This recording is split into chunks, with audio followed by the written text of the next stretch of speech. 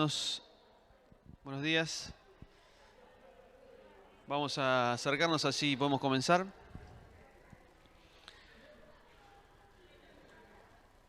Vamos a comenzar nuestro estudio de cada domingo a la mañana. Y vamos a orar antes de comenzar, para que Dios nos esté guiando en este tiempo. Estamos con un tema especial de lo que es el carácter de Dios, lo que es Dios. Nosotros hemos puesto el nombre de Yo Soy, que es el nombre, uno de los nombres con el cual se presenta Dios mismo frente a Moisés. Y bueno, vamos a analizar en este tiempo. Ya hemos analizado lo que es la imagen del Padre, a Dios Padre.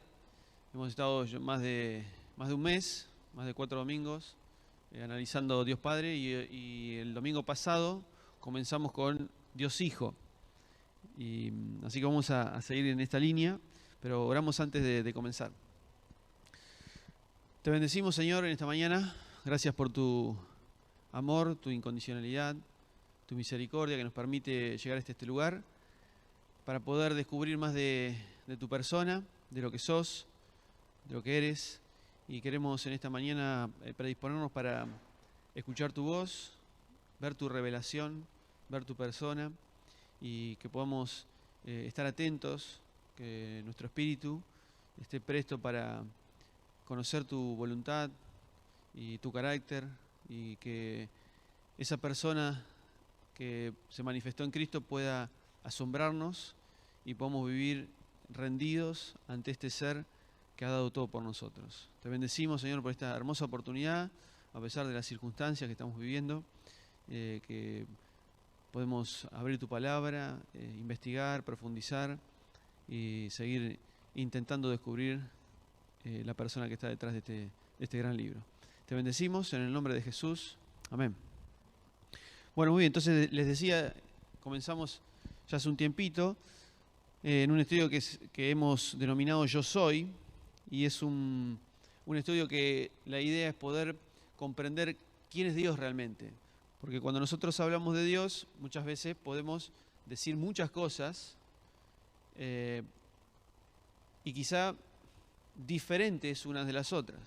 Es decir, uno tiene una definición de Dios quizá diferente a lo que puede tener otra persona. Entonces la idea es ponernos de acuerdo en qué es realmente Dios. Y habíamos comenzado hace un tiempo con la Trinidad de Dios, que fue el primer estudio donde vimos como un Dios que son 3 personas a la vez, es difícil de comprender para nosotros, se manifiesta y tiene una relación entre la Trinidad de sujeción unos a otros en amor, ¿no? Ese era el concepto. La sujeción, el sometimiento de cada persona de la Trinidad unos con otros, ¿no? Y después vimos sí el carácter del Padre en distintas situaciones, como Padre, como proveedor, como también manifestando su misericordia, ¿no? A pesar de esos versículos raros que también estuvimos analizando, de que Dios visita la maldad en la 3ª y 4ª generación, y habíamos dicho que es el carácter misericordioso de Dios. No es un Dios que intenta ejecutar juicios y ser demasiado violento, sino al contrario, es una manifestación de misericordia, lo que habíamos visto en ese pasaje. Y el domingo anterior pasamos a analizar el carácter del Hijo. Dejamos el Padre, estamos en el Hijo, y Franco nos compartía también esta característica fundamental del Hijo, que tenía de alguna manera cierto dominio sobre la naturaleza. Él ejercía dominio sobre la enfermedad, sobre la naturaleza. Él pudo frenar el viento, el mar y demás, pero por sobre todas las cosas había algo que de hecho los fariseos no podían soportar, es que Jesús, el carácter del Hijo, es que Él perdonaba pecados, ¿no? Por eso analizamos la pregunta, ¿no? ¿Qué es más fácil? ¿Sanar a alguien o darle el perdón de pecados? Y habíamos concluido que que el mismo Jesús lo dijo, ¿no? Más complicado es dar el perdón. Porque eso solo, de hecho los fariseos dicen, ¿quién es este que también perdona pecados? ¿Se cree Dios? Era Dios.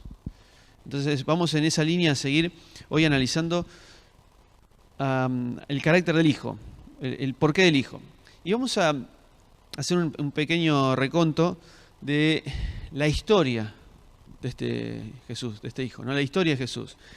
Nosotros tenemos que ir al Génesis y vamos a ver que en el Génesis Dios coloca al hombre en un lugar puntual llamado el Jardín del Edén. Pero si nosotros analizamos, si quieren, vamos a ir buscando Génesis 3.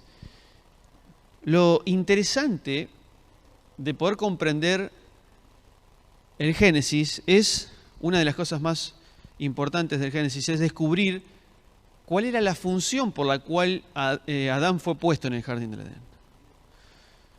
Adán fue puesto en ese lugar no simplemente porque sí, sino que tenía una función. ¿Cuáles ustedes piensan que puede ser la función de Adán? ¿O cuál fue la función de Adán en ese lugar?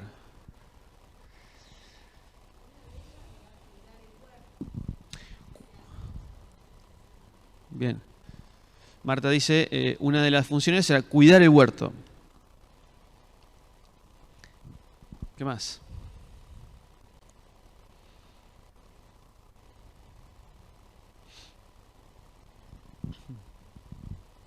Otra función.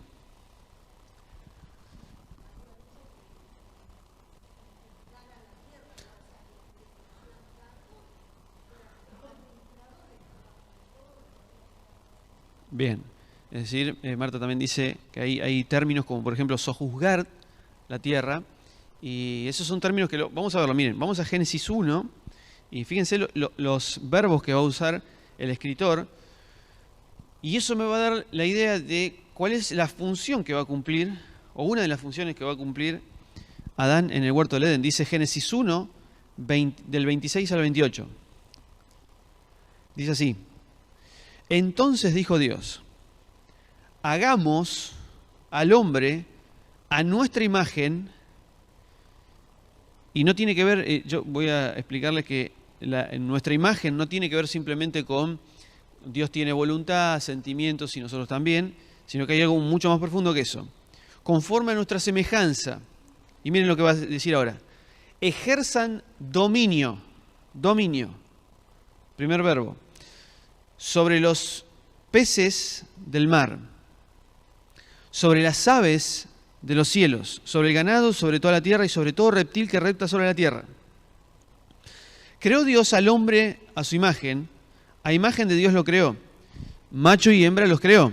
Es decir, ¿por qué habla en singular de hombre y después dice macho y hembra? Porque está hablando de la humanidad. Y es esta idea de dos personas, macho y hembra, necesarias para la fusión y la reproducción y la fructificación de la humanidad. Y que no vamos a entrar en eso, pero fíjense los otros verbos o la descripción del verso 28. Luego Dios los bendijo y les dijo, fructificad y multiplicaos. Sin el macho y hembra, fructificad y multiplicaos es imposible, ¿no? Llenad la tierra, y ahí está el verbo que decía Marta recién, sojuzgar.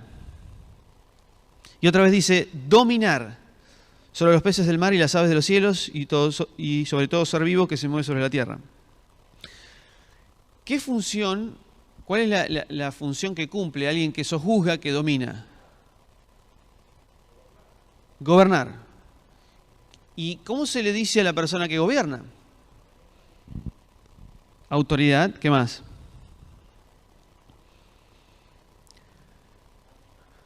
Administrador. Pero hay una palabra puntual. No quiero ser caprichoso, pero... bueno, es como señor, pero...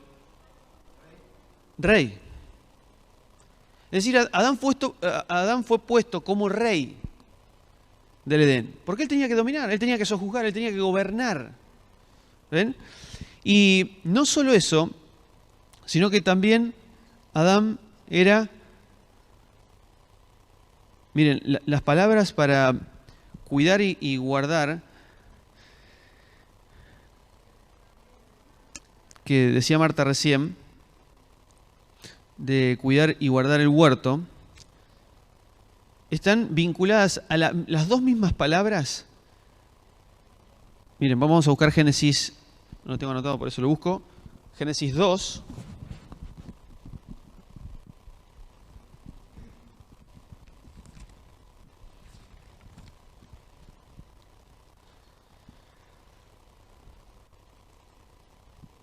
Verso 15. Tomó pues Dios al hombre, lo puso en el huerto de Edén para que lo cultivara y lo guardara. Esas dos palabras que aparecen nosotros se tradujo cultivar y guardar, son dos palabras que a nosotros por ahí no nos dicen tanto, pero en el original hebreo son dos palabras que están vinculadas al tabernáculo.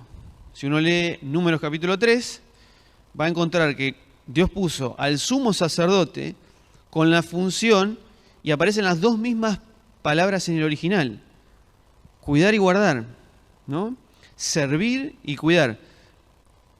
Y desempeñaban sus funciones en lugar de los de Israel, encargándose del servicio del santuario. Dice, serán ellos los que estén totalmente dedicados a mí, asignarás el ministerio sacerdotal, pero cualquiera que se acerca al santuario, bueno, y demás, ¿no? Si uno analiza la función sacerdotal que describe en Números 3, son las dos mismas palabras que en el original hebreo aparecen como guardar y cultivar. ¿Se entiende? Es decir, Dios le dice a Adán, lo pone en el Edén para que guarde y cultive. Dos palabras en el original que coinciden con lo mismo que le dice Dios al sacerdote en el tabernáculo. Que lo sirva, que lo cuide, que lo guarde. Es más, las imágenes que hay dentro del tabernáculo son las mismas imágenes que hay en el huerto del Edén. De hecho, el candelero, la menorá, es ese candelero de 7 luces, representa el árbol de la vida. Por eso tiene que estar siempre encendido.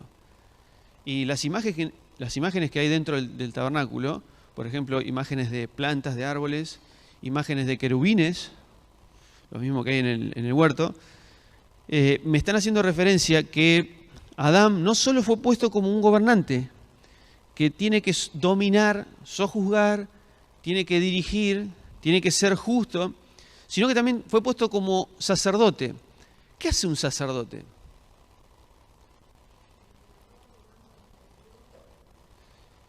Bien, o sea, un sacerdote es un mediador entre Dios y la humanidad.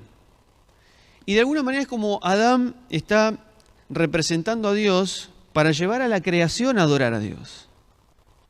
Está llevando a la creación a adorar a Dios. Esa fue la función que Dios le dio. Eso sería un tema mucho más profundo, pero no es lo que hoy vamos a ver, una línea histórica, pero es importante que podamos entender esto. Dios puso a Adán como rey y como sacerdote sobre el jardín del Edén. Pero aparece la serpiente, este animal que después cuando compartamos en la reunión vamos a analizar un poquito más en referencia a esta serpiente. Pero esta serpiente es un animal que representa la maldad y el orgullo, la soberbia, la arrogancia. Y este animal tienta a Adán y a Eva a que ellos gobiernen, pero bajo sus propios parámetros. Porque si uno analiza la descripción de Génesis 1, es Dios delegando autoridad. Si ustedes leen, por ejemplo, cuando Dios coloca el sol y la luna, le dice al sol y la luna ejerzan dominio también. Dios le delega autoridad al sol y la luna. ¿Para qué? Para el ritmo de todos los días. Día, noche, día, noche. ¿Quién es el que marca la luz y quién marca la oscuridad? El sol y la luna. Dios delegando autoridad. Y Dios le delega autoridad a Adán. Pero esa autoridad la pierde Adán en manos de este animal, de esta bestia que es insisto, la representación del orgullo, de la arrogancia. Entonces, miren, ahí lo vemos en la imagen, aparece, ahí está Adán y Eva, entonces aparece esta serpiente, que es la personificación de la arrogancia y la soberbia. Ahora, lamentablemente Adán no solo pierde su reinado, es decir, el poder, la autoridad, la potestad, sino que también pierde la función sacerdotal. Ya no es alguien que está capacitado para llevar a la creación a la adoración a Dios. No, quedó descalificado. Quedó exiliado de la presencia de Dios. ¿Se entiende?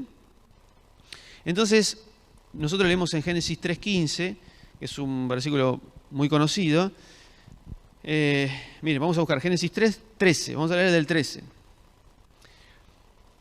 Dice, entonces Dios, el Señor, le preguntó a la mujer, ¿qué es lo que has hecho? La serpiente me engañó y comí.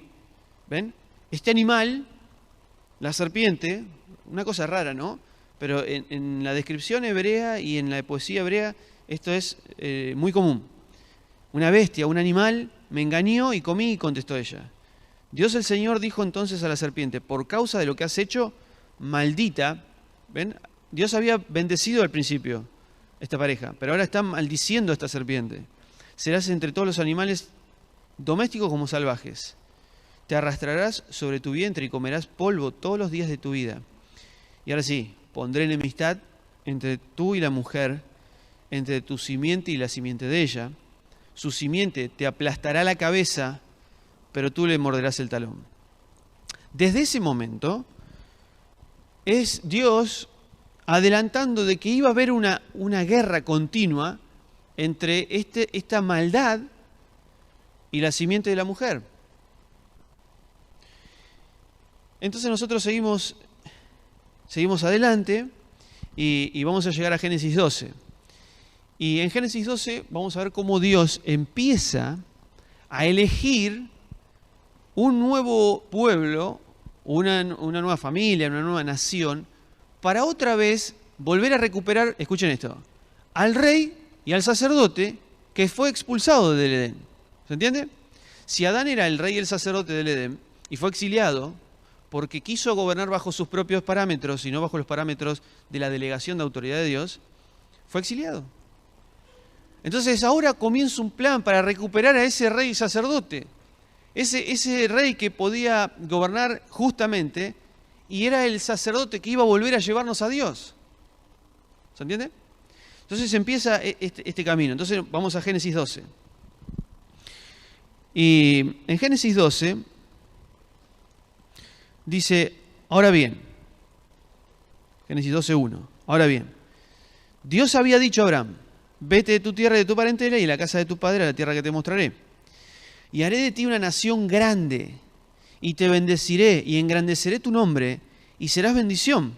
¿Ven? Habíamos dicho, hay una bendición en Adán y Eva. Hay una maldición a la soberbia, a la maldad, a la serpiente. Pero ahora otra vez, elige una persona para bendecir, y serás bendición. Bendeciré a los que te bendigan, maldeciré a los que te maldigan. Y miren esto, y en ti serán benditas todas las familias de la tierra. Entonces otra vez empezamos a ver cómo Dios comienza este nuevo camino de recuperar a este rey y este sacerdote. Y por eso quiere bendecir a todas las naciones. ¿Qué significa bendecir a las naciones? Es que las naciones otra vez puedan volver a la adoración a Dios. Porque ellos habían sido exiliados. Y ya nadie podía otra vez acercarse a Dios. Porque había un querubín con una espada, dice la Biblia, revolviéndose, que no les permitía el acceso otra vez a la presencia de Dios. Ellos fueron exiliados. La bendición de Dios, ¿cuál es? Poder volver. Poder tener otra vez acercamiento a Dios. Entonces, lamentablemente, la historia avanza. Y este Abraham, que parece ser el que eligió a Dios para ocupar ese reino y sacerdocio, ocupar el lugar de Adán, no es lo que imaginábamos. Y se empieza a complicar. Y la familia empieza a crecer. Y Abraham termina siendo, o comienza siendo un egoísta. Comienza siendo alguien que piensa solamente en él. Pero eso no es un reinado justo. Y Abraham no es lo que imaginábamos. Después eso se transforma en una familia donde entre Abraham y Sara, que son estériles, o sea, no hay manera de que salga algo de ustedes. Dios les dice, van a ser padres de naciones. ¿Sí? De la imposibilidad de que ellos tienen de reproducir, Dios dice, van a ser fructíferos. Porque es la intervención de Dios la que produce la fructificación. Y el pueblo sigue creciendo, desciende a Egipto, termina en Egipto, y Dios va a tener que elegir a otra persona. ¿Recuerdan a quién? ¿Quién es el otro personaje importante en la historia? En el Éxodo. Moisés. Vamos a Éxodo 19. Y miren lo que les va a decir a esta nación. Pero Moisés, Éxodo 19:3, pero Moisés había subido delante de Dios, pues Dios lo había llamado desde el monte. Fíjense esta situación, siempre desde el monte, siempre desde un lugar alto, diciendo, así dirás a la casa de Jacob y anunciarás a los hijos de Israel. Vosotros mismos visteis lo que hice a los egipcios, y cómo os levanté sobre las alas de águila, y os he traído a mí. Ahora pues, si de veras escuchan mi voz, y me obedecen, y guardan mi pacto, entonces vosotros seréis objeto de mi predilección entre todos los pueblos, porque mía está la tierra. Y miren esta frase. Y vosotros me seréis un reino de sacerdotes, y una nación santa. ¿Por qué Dios elige a Abraham? ¿Por qué Dios elige a este pueblo, a esta nación, a esta familia? Porque quiere hacer un reino de sacerdotes. ¿Qué eran los sacerdotes?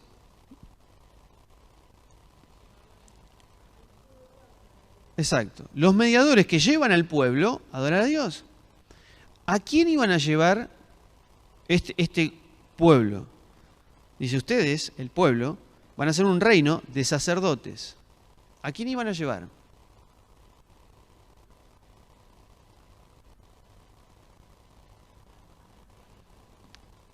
En ti serán benditas todas las naciones de la tierra. ¿Ven? Entonces yo elijo un pueblo para que sea mis representantes, como habíamos visto en la primera imagen, ¿no? Las imágenes de Dios, representantes de Dios, para llevar a toda la humanidad a adorar a Dios. Para eso Dios elige este pueblo. Ustedes van a ser un reino de sacerdotes y una nación santa que va a llevar a todas las naciones a la bendición, o sea, a tener relación con el Padre. Pero, lamentablemente, bueno, ahí tienen, fíjense, el dibujo es Moisés diciendo, si ustedes cumplen esta ley, vamos a tener una relación de pacto que ustedes me van a representar frente a las naciones. Dios los saca de la esclavitud por medio de un mediador para que puedan vivir en un lugar donde Dios manifieste su presencia. Para esto tienen que firmar un pacto, ¿no? Y para establecer su presencia en medio de ellos, coloca un tabernáculo donde oficiarán ciertos sacerdotes especiales. Entonces, Dios elige este pueblo particular para que sea de alguna manera la representación de Dios a todas las naciones. Y por eso coloca el tabernáculo, y por eso elige un sumo sacerdote. Es el sumo, porque es este pequeño pueblo que se va a acercar a Dios a través del sumo sacerdote. Pero la historia avanza, y este pueblo no representa a Dios. O sea, no cumple parte del pacto. Es más, el Señor había dicho, si ustedes cumplen el pacto, me obedecen, ustedes van a ser mi pueblo predilecto. El pueblo no cumplió. ¿Fueron el pueblo predilecto de Dios? Sí, porque Él no rompe el pacto. Nosotros sí. Él no rompe el pacto. Pero no cumplen la función sacerdotal. La que perdió Adán, no la cumplen. Entonces uno empieza a decir, bueno, ¿será que Dios tiene que levantar un rey? Bueno, entonces vamos a... ¿Quién va a aparecer como un rey importante? El rey David. Miren lo que dice, vamos a 1 Crónicas 17. Entonces uno dice, bueno, Dios no pudo encontrar nadie que lo represente bien, Moisés tampoco fue aquel que lo representara porque quedó descalificado, ¿recuerdan? Quedó descalificado porque Dios le dijo, manifestá gracia al pueblo, y él manifestó enojo, ¿recuerdan? Hablale a la roca, sacale agua, pero ¿no los ves que son unos rebeldes? Yo quiero manifestar gracia, yo cumplo mi pacto, ellos no. Yo quiero manifestar gracia. Y Moisés no representa a Dios en el carácter de la gracia, sino que se enoja, golpea, manifiesta ira, y Dios dice, no, si no me vas a representar como lo que soy, quedas descalificado. Entonces llegamos a David. Bueno, este sí, este es un rey conforme al corazón de Dios. Este sí va a representar a Dios realmente. Y uno lee la historia de David, y David es un adúltero, es un asesino, es un mal padre, porque no sabe cómo conducir a sus hijos se rebelan a la autoridad del padre, hay una violación de un hermano a su propia hermana. ¿Qué clase perdón, a ver, si vamos a buscar el sucesor de Adán como rey y sacerdote, y me decís que este rey tiene un corazón conforme al tuyo, este seguro que está ahí, este va a ser el que cubra el lugar de Adán, y queda descalificado. Porque también cede a la serpiente, porque también cede al orgullo, porque cede a la tentación de querer gobernar bajo sus propios parámetros, no bajo los parámetros de Dios. Entonces nosotros leemos en 1 Crónicas 17:10, dice esto, miren, ya lo hemos analizado en algún momento, pero dice, desde los días en que nombré, 1 Crónicas 17:10, desde los días en que nombré jueces sobre mi pueblo Israel, yo derrotaré a todos tus enemigos. Te anuncio además que yo, el Señor, te edificaré una casa. ¿Por qué dice esto? Porque David había dicho, el Señor vive en una carpa precaria, ese es el tabernáculo, ahí está Dios, qué precario. Yo vivo en un palacio lleno de oro, comodidades. No, le tengo que hacer una buena casa a Dios. Y le dice, Señor, yo te voy a hacer una casa, una buena casa. Y Dios le dice, no, David, vos no me vas a hacer una casa a mí, yo te voy a hacer una casa a vos. Dice, el Señor te edificará una casa. Verso 11. Cuando tu vida llegue a su fin y vayas a reunirte con tus antepasados, miren esto, yo pondré en el trono a uno de tus descendientes, a uno de tus hijos, y afirmaré su reino. Entonces David no, o sea, un hijo de David. Será él quien construya una casa en mi honor, y yo afirmaré su trono para siempre. ¿Quién fue el que construyó una casa en su honor?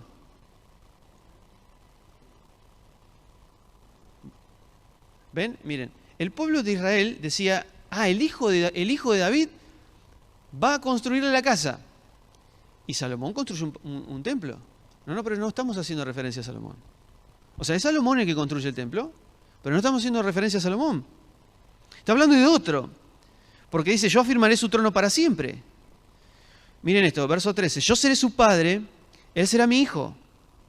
Jamás le negaré mi amor, como se lo negué a quien estuvo o reinó antes que tú.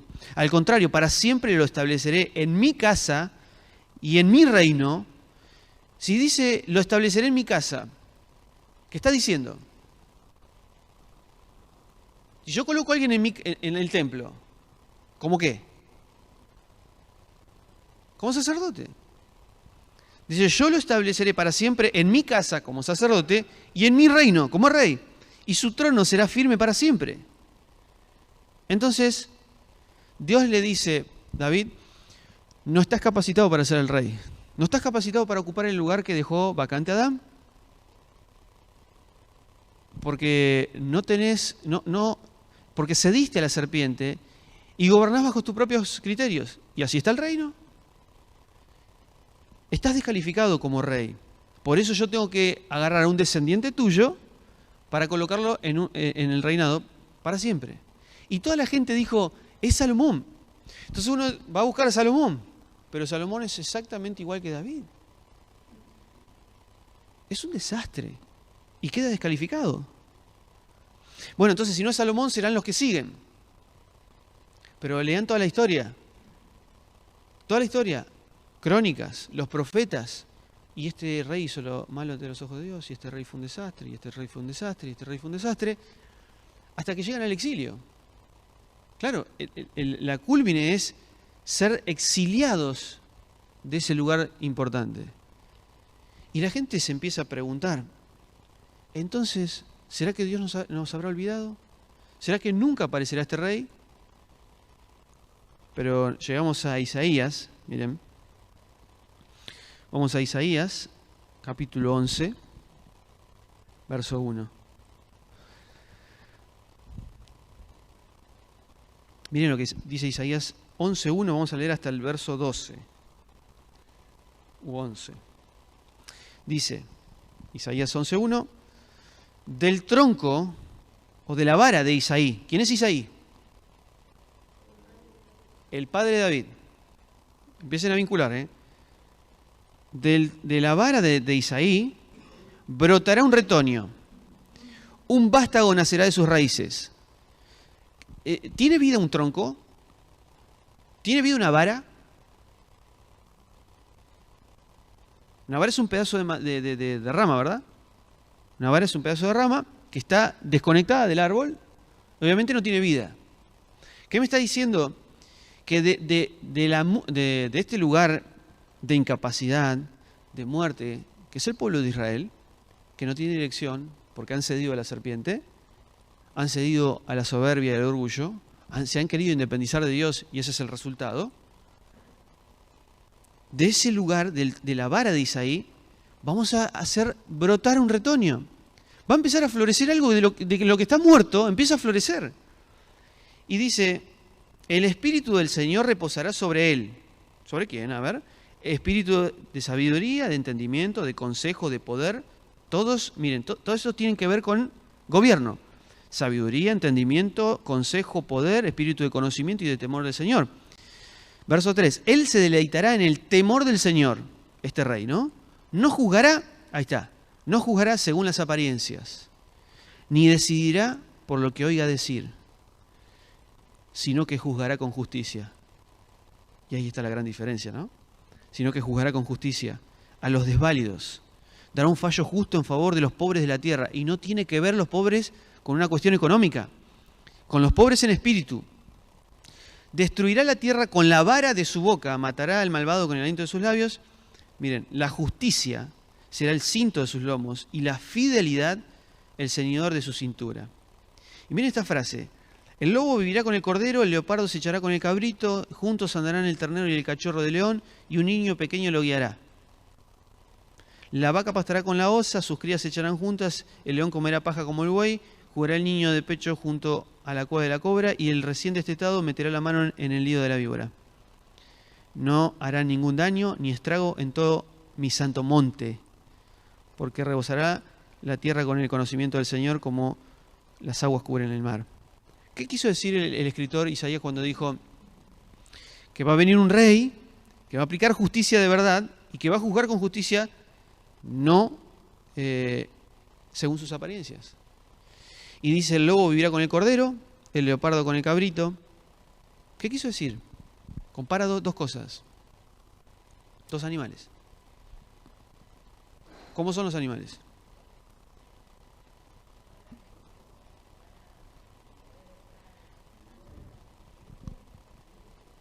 ¿Por qué pueden vivir juntos el lobo y el cordero? Que es lo que decía Gaby. ¿Por qué? ¿Por qué no se comen entre ellos? Porque el lobo es el animal fuerte y el cordero es el animal débil. Pero cuando venga este rey, no va a haber más diferencias. No es un animal más débil que otro o más fuerte que otro. ¿No hay? Coloca a todos en la misma situación. Porque este rey viene a aplicar justicia. Y es una poesía que Isaías está describiendo como una situación que se va a acomodar, como era antes en el jardín del Edén. ¿Se entiende? En el jardín del Edén no había diferencias. El lobo no se comía al cordero.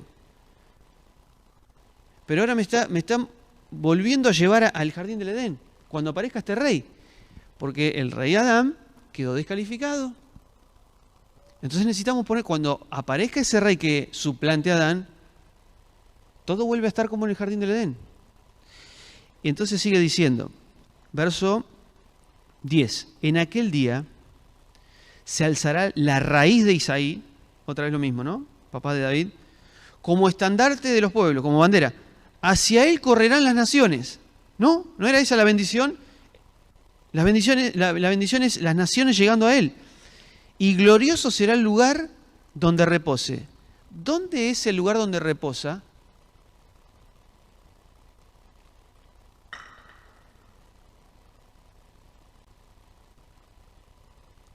¿Dónde reposa el rey?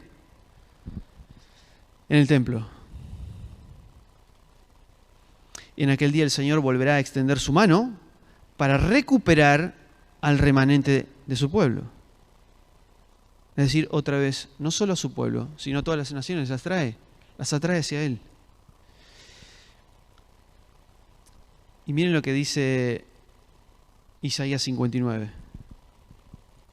Vamos rápido a Isaías 59. Eso, en Isaías 11 nosotros vimos cómo este escritor me está adelantando de que parece que no hay nada, parece que está todo muerto, hay un tronco, una vara, pero de esa muerte Dios hace renacer. ¿No? Siempre es este ejercicio, ¿no? Sos estéril, produce vida. Hay muerte, produce vida. Hay separación, produce vida. Hay tinieblas, produce luz. Entonces es esta idea de que viene este rey, que ya no va a juzgar como juzgan los hombres que han cedido a la serpiente, sino miren la misma condición en la cual es el pueblo de Israel llamado para ser los representantes de Dios a las naciones. Miren cómo se califican Isaías 59, 9. Por eso el derecho se aleja de nosotros y la justicia no nos alcanza. Miren esto, esperamos la luz y aquí tinieblas, claridad y andamos en oscuridad. Vamos palpando la pared como ciegos, sí, andamos a tientas como gente que no tiene ojos. En pleno día, fíjense la descripción de ellos mismos, tropezamos como el anochecer. En pleno vigor estamos como los muertos. Gruñimos todos igual que osos y gemimos animales, bestias, gemimos lastimosamente como palomas. Miren, esperamos la justicia, pero no la hay. La salvación, pero está lejos de nosotros. Porque nuestras rebeliones se han multiplicado delante de ti, nuestros pecados testifican contra nosotros, porque nuestras rebeliones están presentes en nosotros, y en cuanto a nuestras iniquidades, las conocemos, hemos transgredido y negamos a Dios, volvimos la espalda a nuestro Dios, concibiendo opresión y rebelión, y urdiendo desde el corazón palabras de mentira. Fíjense la descripción de ellos mismos. Por tanto, se ha hecho que el juicio recto se retire. El juicio recto se retiró y la justicia se mantenga a lo lejos, porque la verdad tropezó en la calle y la rectitud no pudo entrar, más aún la lealtad no se puede hallar. Pues el que trata de apartarse del mal, a sí mismo se hace presa. ¿Perdón? Otra vez. Pues el que trata de apartarse del mal, a sí mismo se hace presa. Se los dejo para que lo analicen, yo no lo entiendo. Jehová contempló con indignación que ya no existía la justicia. Otra vez. Dios contempló con indignación que ya no existía la justicia. Vio que no había nadie. Ningún ser humano puede ocupar el lugar de Adán. Se asombró de que no hubo quien se interpusiera. Y ahora sí, y esta es la esperanza, por lo que su propio brazo, y está hablando de arremangarse, le dio la victoria. Y su misma justicia lo sostuvo. Dios está viendo que ninguno de los seres humanos que deberían representar a Dios, que deberían ocupar el lugar de gobernar como representantes de Dios, no tienen absolutamente ni esto de lo que es Dios. No hay justicia, no hay equidad, hay iniquidad, hay maldad. No están calificados para ser el rey. No están calificados. Ninguno de ustedes está calificado para ser el que va a gobernar con justicia. Ninguno está calificado para ser el sacerdote que medie, para llevar a las naciones a Dios. Porque después, creo que en Romanos dice, tu nombre es blasfemado entre las naciones por culpa de los hebreos. Pero si ellos tenían que ser los representantes de Dios, exacto, por eso el nombre de Dios es blasfemado, porque no nos representaron a Dios. Entonces seguimos en la línea histórica y llegamos a Mateo. Así que vamos a Mateo. Todos estos humanos han cedido a la tentación de la serpiente. Todos han gobernado bajo sus propios parámetros, no con la delegación de la autoridad de Dios. Es entonces donde necesitamos otro rey, que no aparece, y hay 400 años de silencio y no aparece. Pero en Mateo capítulo 1 me dice, verso 18, el nacimiento de Jesús, el ungido. Cuando dice Cristo o Mesías, es ungido, porque el rey, antes de coronarse como rey, tiene que estar ungido. Fue así. Su madre, María, estaba comprometida para casarse con José, pero antes de unirse a él resultó que estaba embarazada por obra del Espíritu Santo. Como José, miren esto, obra del Espíritu Santo. Lo que no es, Dios a través de su Espíritu lo transforma en algo que es.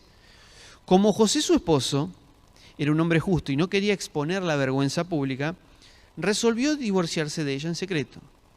Pero cuando él estaba considerando hacerlo, se le apareció en sueños un ángel del Señor y le dijo, José, escuchen esta frase, hijo de David. ¿No les hace recordar algo? Hijo de David, no temas recibir a María por esposa porque ella ha concebido por obra del Espíritu Santo. Dará a luz un hijo y le pondrás por nombre Jesús, que significa que él salvará a su pueblo de sus pecados. Es decir, Jesús significa aquel rey que viene a salvarnos de algo que es imposible para nosotros, porque nosotros cedimos ante la soberbia de la serpiente. Pero Jesús va al desierto y va a recibir la misma tentación. Y es increíble porque entrar al desierto, Marcos lo describe así, que Jesús entró al desierto y ángeles lo acompañaban y bestias los acompañaban a Jesús, ¿no? Y es una descripción del jardín del Edén, pero al revés. Y ahí en la pantalla ven esta imagen, ¿no?, de esta serpiente que va a, ¿recuerdan Génesis 3 que habíamos dicho?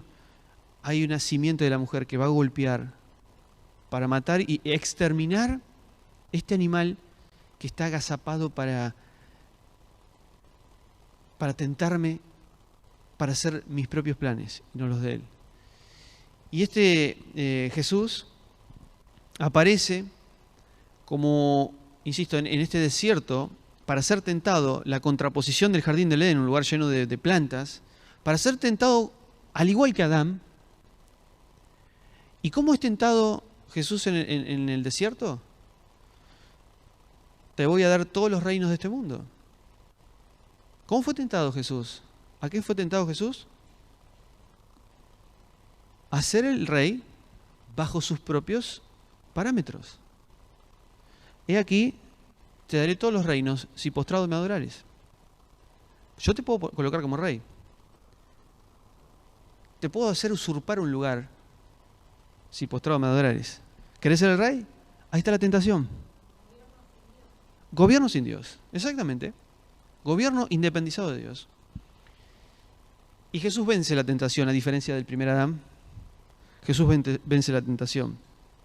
Entonces, y con esto terminamos, la gran pregunta es, en Isaías me había dicho que él se iba a remangar el brazo e iba a venir a ocupar el lugar que los seres humanos nunca podrían haber ocupado. Pero yo veo que es un ser humano el que aparece. Claro, es Dios en persona. Es Dios el que toma similitud de hombre para ser el hijo del hombre, lo vamos a analizar ahora un poquito más adelante, el hijo del hombre para ocupar lo que nunca pudo haber ocupado ningún ser humano que cedió a la serpiente. Pero este ser humano no cede a la serpiente, porque este ser humano es Dios en persona. Entonces no cede a la tentación y vence. Entonces uno dice, bueno, ahí está, ahora, y era lo que esperaban todos, ¿no?, los judíos apóstoles, él va a sacar la espada para recuperar el reino. Porque así se ocupan los reinos, por usurpación, porque Nimrod, si uno lee Génesis 10, es el primer varón valiente enfrentado a Dios y el primer gobernador. Es el primer gobernador y hay soberbia, claramente, orgullo, y hace un monte para llegar a Dios y hacerse un propio nombre, para ser famoso. Y él quiere ocupar el lugar. Y nosotros lo vemos también esto en Noé. Noé desciende con sus 3 hijos y su hijo menor quiere ocupar el lugar de Noé, porque quiere ocupar el primer lugar. Porque están todos desesperados por ocupar el mismo lugar. Todos quieren ser ese rey que dejó el lugar vacante a Adán, pero ninguno está capacitado. Y después vemos a Jacob, que se encuentra con Esaú y le saca la primogenitura. ¿Por qué? ¿Por qué quiere ser el primogénito? Porque ese es el veneno de la serpiente. Puedes gobernar, puedes ser el primero para gobernar bajo tus propios parámetros. Y la historia continúa y vemos todo el tiempo los hijos de David peleándose por el poder, Salomón peleando con sus hermanos por el poder, todos los reyes peleando con su poder. Saúl aparece un tal David que toca y está enojado porque que él es mejor que yo. Mátenlo. Y Jonatán se lo tiene que llevar. Porque están desesperados por el primer lugar. Están desesperados por escalar este monte. Entonces aparece uno que es el Hijo del Hombre, que no tiene aspecto de rey de ninguna manera. Es más, no es violento, no quiere usurpar nada. Cuando le dicen, te vamos a asesinar, acá estoy, se entrega. Pero no puede ser, este no es el rey. Porque el rey tiene que venir a usurpar, tiene que tomar el poder, tiene que tomar el control. Pero este rey está dando su vida. Se está muriendo el rey. Porque este rey ya no viene a través de la soberbia, la arrogancia, la usurpación. Viene a través de la humillación. ¿Es humillación lo que manifiesta este Cristo? ¿Este ungido? Pero eso no me gusta. Yo quiero a alguien que tome el control y tome el poder. Entonces nosotros vamos a Filipenses 2 y en mi versión, la textual, dice, Filipenses 2.5 es un versículo muy conocido, el cual siendo Dios, no estimó el ser igual a Dios como cosa que aferrarse. Pero mi versión dice, pero Dios, este Hijo Jesús, no quiso por usurpación ser igual a Dios como cosa que aferrarse. No quiso por usurpación, no quiso usurpar. No vino a usurpar un lugar. Él vino a rendirse. Y esa rendición fue la que Dios después lo exaltó hasta lo sumo. Y le dio un nombre y lo sentó a la diestra del Padre. Y hoy Dios, vieron que en Mateo 28 dice, toda potestad me ha sido dada en los cielos y en la tierra. ¿Qué está diciendo? ¿Qué está diciendo este rey?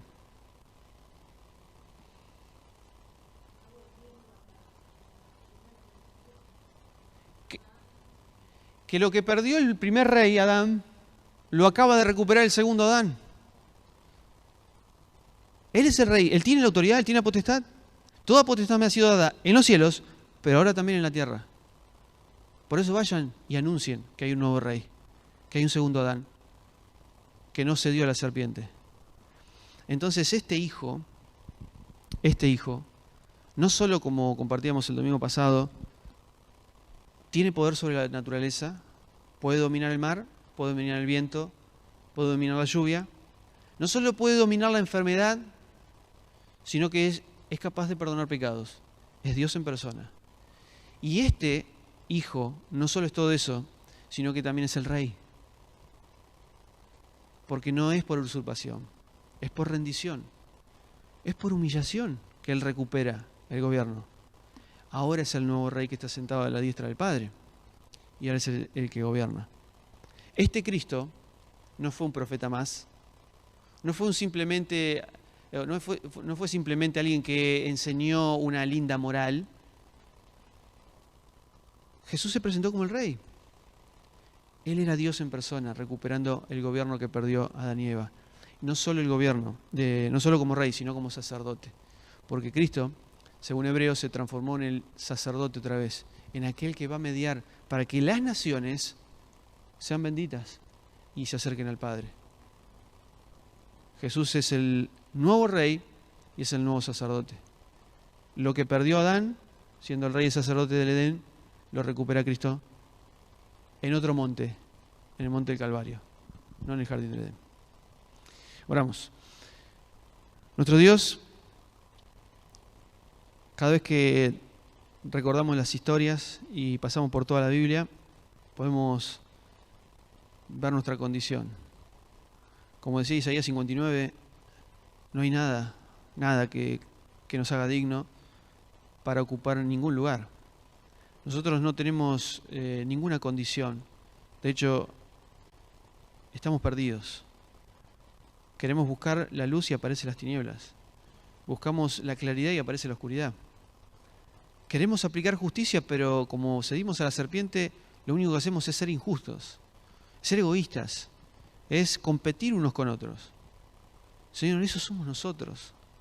Pero levantamos la vista y aparece uno que no tiene que usar la fuerza para ganar el poder, que no tiene que usurpar a nadie, que no cedió a la serpiente, que no usó la soberbia ni la arrogancia, sino que usó la humillación.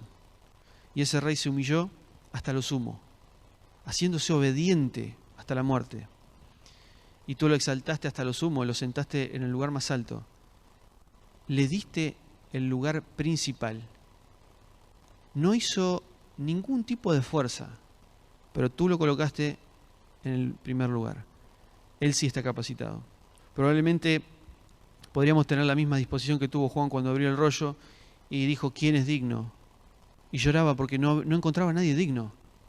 Claro, no hay digno en esta humanidad que pueda ser el mediador entre Dios y los hombres. Pero apareció el Cordero, un animal tan indefenso, tan precario, sin defensa, humillado hasta lo sumo, y Él pudo ser aquel que nos llevó otra vez al Padre. En ti son benditas todas las naciones, Señor, porque tu Hijo Jesucristo ha recuperado el reino y el sacerdocio para que volvamos al jardín del Edén. Te bendecimos por tu Hijo, en el glorioso nombre de nuestro Salvador. Amén. Muy bien, seguimos ahora en el culto.